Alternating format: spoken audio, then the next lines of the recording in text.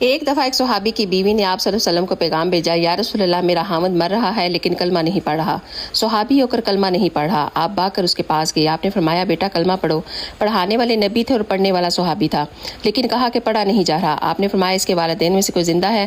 کہا جی ماں زندہ ہے۔ تو آپ نے کہا اس کی ماں کو بلاؤ۔ ماں آئی۔ آپ نے کہا کہ اماں آپ اپنے بیٹے سے ناراض ہو؟ تو انہوں نے کہا جی میں اس سے ناراض ہوں۔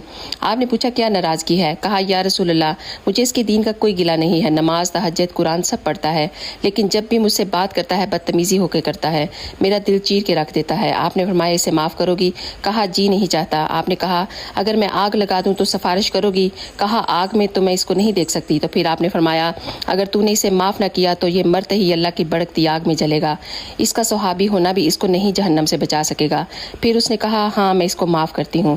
آپ نے اس صحابی کو کلمہ پڑھایا اور اس کی جان نکل گئی۔ اللہ اکبر۔ تو اپنے ماں باپ کی قدر کیا کرو اور ان کی خدمت کیا کرو۔